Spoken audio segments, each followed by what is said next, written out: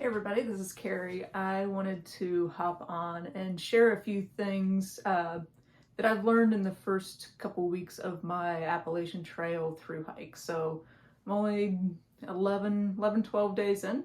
But there's things that I've learned and there's things that I've seen that kind of made me pay attention because my off-trail life, I'm a physical therapist and a coach, and I've worked primarily with endurance athletes.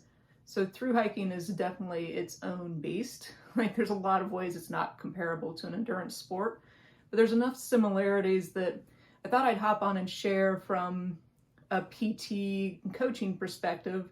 So for some of you who are following along and getting ready to start your through hike, or maybe you're starting in the next year or so, or even doing a section hike or a day hike, maybe some of these things will help you, especially in the early parts of your trip, to either make the hike a little more enjoyable or reduce your risk of injury, or worst case, reduce the chance that you're going to get off trail. So there's kind of three big things to me, I think, that can help the first couple weeks go a little more smoothly. First one's pacing yourself. Second one's managing the downhills. And then the third one is hydrating well. So in pacing yourself, the very first day on trail, I was on the approach trail hiking up to Springer, and I ran into somebody who was already done. Like he was already going to get off trail. So he had a hamstring injury that he kind of just let go, and because he wanted to keep hiking big miles. So at home he was doing 16 miles a day, but then he got on the AT and it was nothing like the train he'd trained on. So even doing that 8.8 miles up to Springer was a lot for the day. So I think if you come from a place where it's not rocky, it's not technical, if it's flat, or even if you're going uphill but it's pretty smooth, manage your expectations a little bit. You're probably not going to do as many miles and feel as good as you do on those other ones. So especially flat terrain, I'd say take your long distance and cut it in half, at least the first couple days, and let yourself get used to the trail, and you can always add on from there. I mean, it's 2,200 miles. There's a lot of time.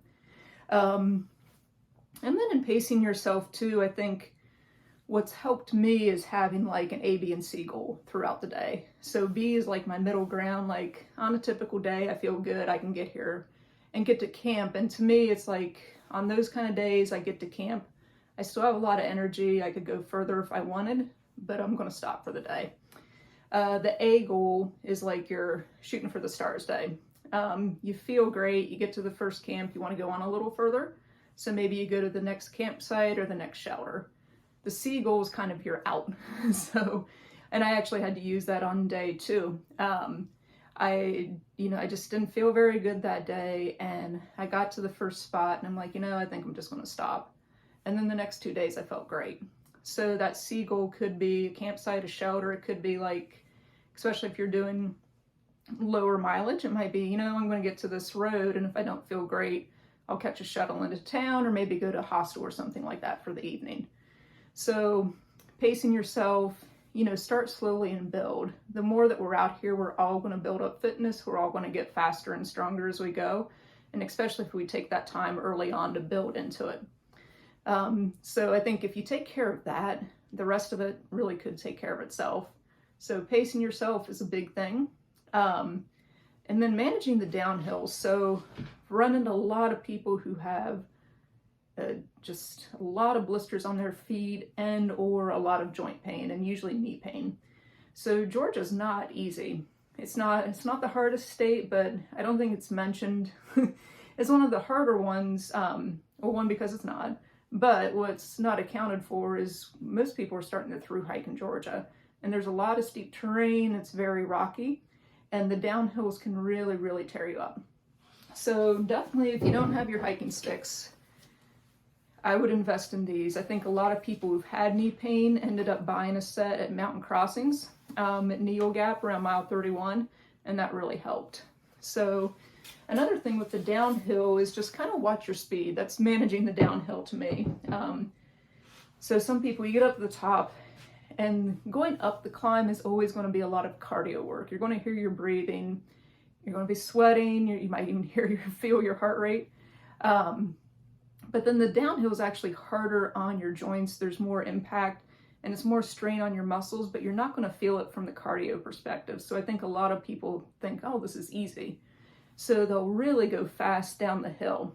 So for managing the downhill, put it on a spectrum where you can go downhill as quiet as a mouse, or you can thunder down the hill like an elephant, or maybe a herd of elephants. So kind of listen to that as you go. If your normal walking suddenly steers more towards that elephant side, you might want to slow down a little bit on the downhill, or sometimes it's hard to manage your speed with the pack and the steeper slopes, so just take little breaks. Those little breaks really add up because it'll take a little impact off your joints and give you a break. And over time, that's really going to help, because the pain that people are feeling, if it's primarily from inflammation takes some time to build up. So that's where you might not feel it the day of, and you're flying down the hills, you feel great, but then the next morning you're like, oh my God, my knees are killing me. But it's probably what you did the day before. So if you're out there, if you're thundering down, you sound like an elephant, get as quiet as you can, see if you're very mouse-like. And the mouse, usually on the trail, you have to announce to the people in front of you that you're coming. The elephant never does. They hear you and they're going to get out of the way. So that's one way to manage the downhill.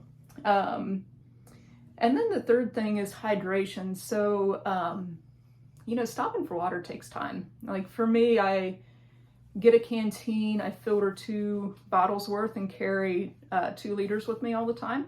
And it takes me about 20 minutes every time I stop to filter. But if you hydrate well, you're going to feel better throughout the day, and you're also going to recover better in the evening. So it's well worth making sure that you're hydrated. So how can you tell if you're hydrating well?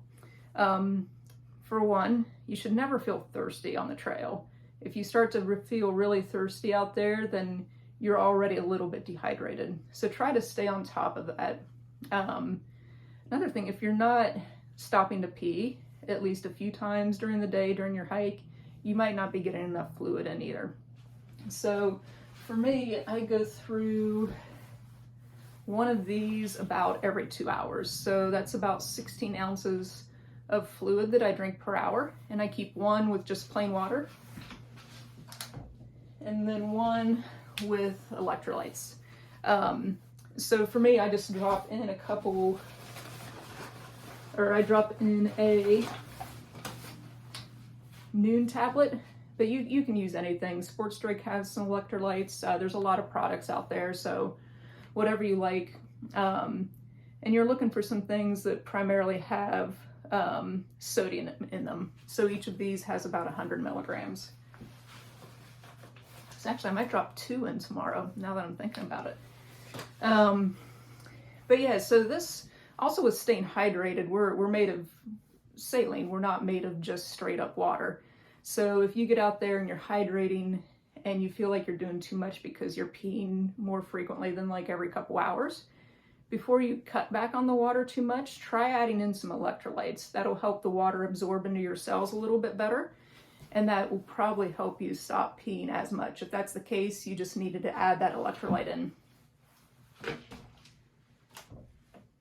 All right, so those are a few tips to share. I think, it feels funny to me to share things. So I'm just getting into the Thru hike, and I really do believe, like, hike your own hike. Like, we're all going to face different challenges out here, and I think working with those, to get to your goal is part of this. So sometimes it is working through learning hydration, learning how to manage yourself and injury and stuff like that. But hopefully some of these tips can help you in your hike in the first couple weeks, or if you're doing a section hike or a day hike. So if you have any questions, feel free to post below, and I'll try to share some tips along the way as I go. I think it's fun to share during the journey, because afterwards it's just all a blur. All right, thanks.